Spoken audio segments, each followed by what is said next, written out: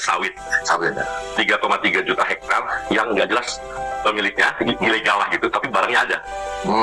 Itu kan saya bilang itu dia yang mau beli loh. Ya. Ini gimana coba bayangin, ada sawit ilegal lah gitu. Sampai 3,3 juta hektar. Terus saya bilang, Ada 3,3 juta hektar sawit ilegal, pemiliknya nggak jelas siapa. Kalian tahu nggak sih teman-teman, ada lahan sawit nih seluas 3,3 juta hektar yang ternyata ilegal, udah beroperasi 10 tahun lamanya, tapi sampai sekarang nggak ada yang tahu siapa pemiliknya.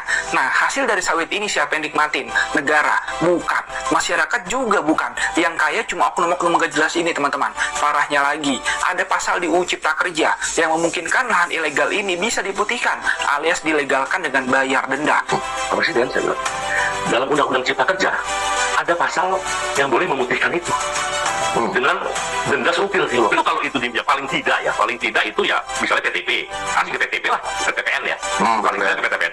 Kalau bisa operasi lebih bagus, pekerja di situ langsung operasi. Jadi tapi yang kira-kira begitulah, jangan lagi diputihkan.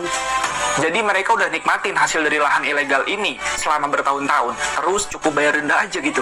Padahal ya teman-teman, solusinya itu jelas kok. Kalau pemiliknya nggak tahu siapa, ya serahkan aja ke negara, PTPN atau koperasi buat kelola.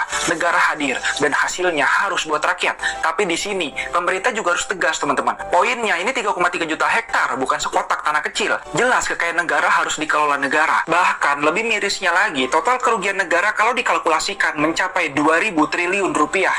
Pak Presiden, saya bilang 1 hektar sawit itu bisa menghasilkan 6-8 juta rupiah per bulan. Terus dia langsung hitung. Nah, berarti 3,3 juta hektar, dikali 6 juta saja yang paling itu 20 triliun. Ya. Berarti setahun 240 triliun. Dan waktu nggak tahu siapa pun. Ya seluruhnya ya, itu bisa. Kalau dia udah beroperasi 10 tahun, nanti berarti udah 2.000 triliun. Dok, itu kemana nggak tahu, gila juga. Itu berarti masih bisa 20 tahun lagi, karena sawit kan bisa 30 tahun, 25-30 tahun.